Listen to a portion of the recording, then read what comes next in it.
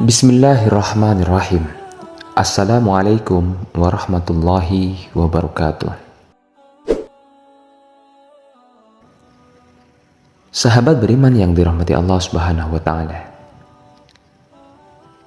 Tata cara berhubungan intim dalam Islam. Berikut ini adalah 5 hal yang dianjurkan dan yang dilarang dalam agama Islam.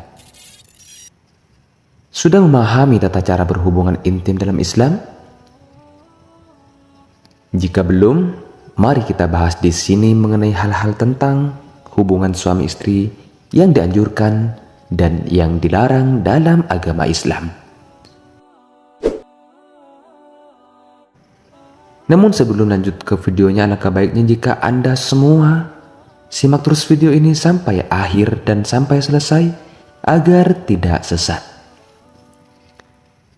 Dalam surat Al-Baqarah ayat 223 diserukan kepada teman-teman semuanya, kepada suami dan istri agar berhubungan intim dengan mengutamakan cara yang baik. Surah Al-Baqarah ayat 223 sebagai berikut. A'udzubillahi minasyaitonirrajim. Bismillahirrahmanirrahim. Nisa'ukum harthul lakum fa'tu harthakum anna syi'tum. Wa qaddimu li anfusikum wattaqullaha wa'lamu annakum mulaquh wa basyiril mu'minin. Istri-istrimu adalah ladang bagimu, maka datangilah ladangmu itu kapan saja dan dengan cara yang kamu sukai, dan utamakanlah yang baik untuk dirimu. Bertakwalah kepada Allah dan ketahuilah bahwa kamu kelak akan menemuinya, dan sampaikanlah kabar gembira kepada orang yang beriman. Sahabat yang beriman yang dirahmati Allah Subhanahu wa taala bisa menerapkan cara yang baik dan menjauhi hal-hal buruk karena tidak hanya bisa menyebabkan dosa, tapi juga mempengaruhi kesehatan. Lalu apa saja hal yang dianjurkan dan hal yang dilarang dalam tata cara berhubungan intim suami istri sesuai ajaran agama Islam? Ada 5 hal yang dianjurkan saat berhubungan intim dalam Islam. Yang pertama, berdoa terlebih dahulu. Salah satu tata cara berhubungan intim yang diajarkan dalam Islam adalah memulainya dengan berdoa terlebih dahulu sebelum melaksanakan hubungan intim. Berikut adalah doa sesuai sunnah yang dianjurkan. Bismillahi, Allahumma jannibna syaitana wa jannibis syaitana ma razaqtana. Yang kedua, foreplay. Dalam Islam bahkan dianjurkan untuk mulai berhubungan seks atau suami istri dengan foreplay. Kalau tidak mengerti foreplay, artinya foreplay itu pemanasannya. Al-Hakim mengatakan, janganlah menyetubuhi istrimu begitu menemuinya, tapi tempatkanlah dia di kamar sesaat, lalu jumbulah dia, lalu ciumlah dia, dan dekaplah dia. Sebab jika engkau langsung melakukan hal itu saat bertemu, maka itu suatu yang tercela. Ya. Jadi itu foreplay atau pemanasan dulu terlebih dahulu. Jadi pemanasan yang tepat juga bisa membuat sahabat semua suami istri orgasme yang tentu meningkatkan kehidupan seksual dalam pernikahan. Untuk itu, suami perlu memahami cara pemanasan yang ampuh menyentuh titik rangsang wanita agar si wanita mudah mendapatkan orgasme saat bercinta. Penelitian pun telah membuktikan bahwa pasangan yang melakukan foreplay atau pemanasan suami istri, berhubungan suami istri, baru kemudian penetrasi memiliki rentang bercinta lebih lama. Itu yang kedua. Yang ketiga, berciuman.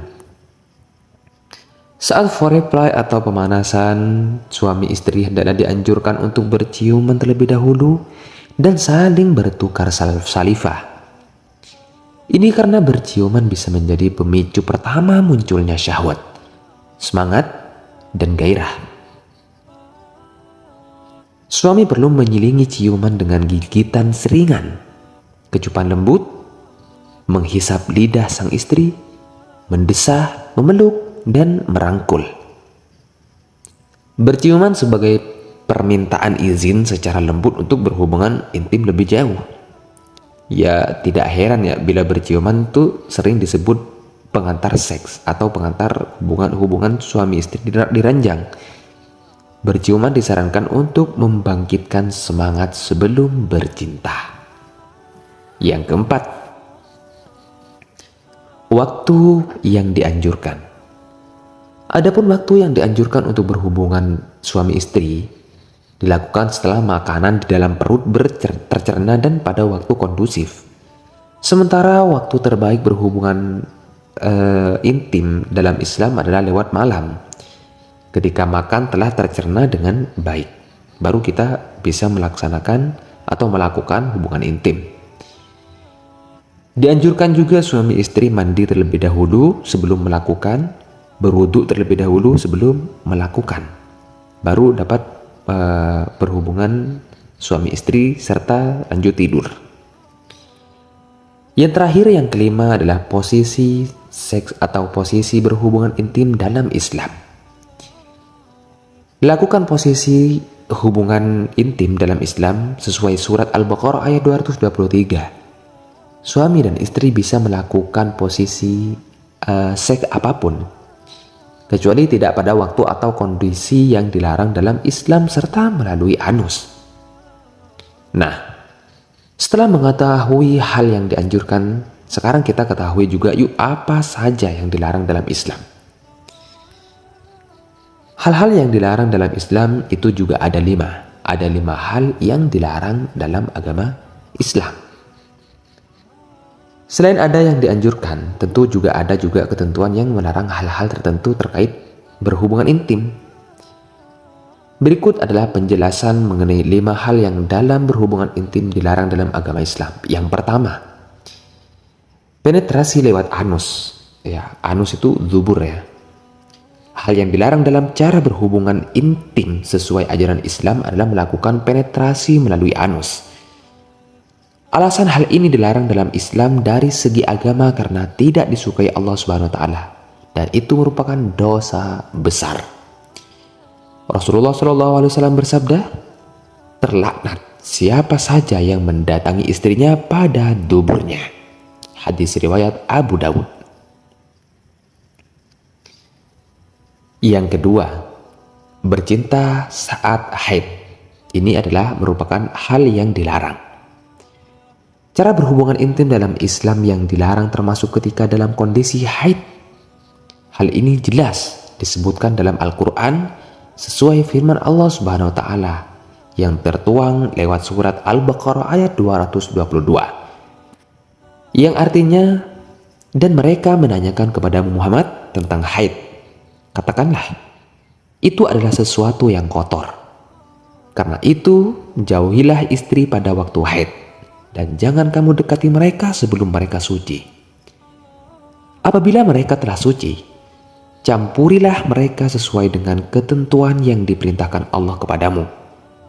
Sungguh Allah menyukai orang yang tobat dan menyukai orang yang menyucikan diri. Yang ketiga, bercinta saat sedang puasa Ramadan. Ini adalah hal yang dilarang oleh agama Islam. Salah satu waktu yang dilarang saat berhubungan intim sesuai ajaran Islam adalah ketika puasa Ramadan. Tidak hanya berdosa, tapi juga perlu membayar denda. Hal ini tertuang dalam hadis yang diriwayatkan sebagai berikut. Yang artinya Abu Hurairah meriwayatkan ada seorang laki-laki datang kepada Rasulullah Shallallahu Alaihi Wasallam.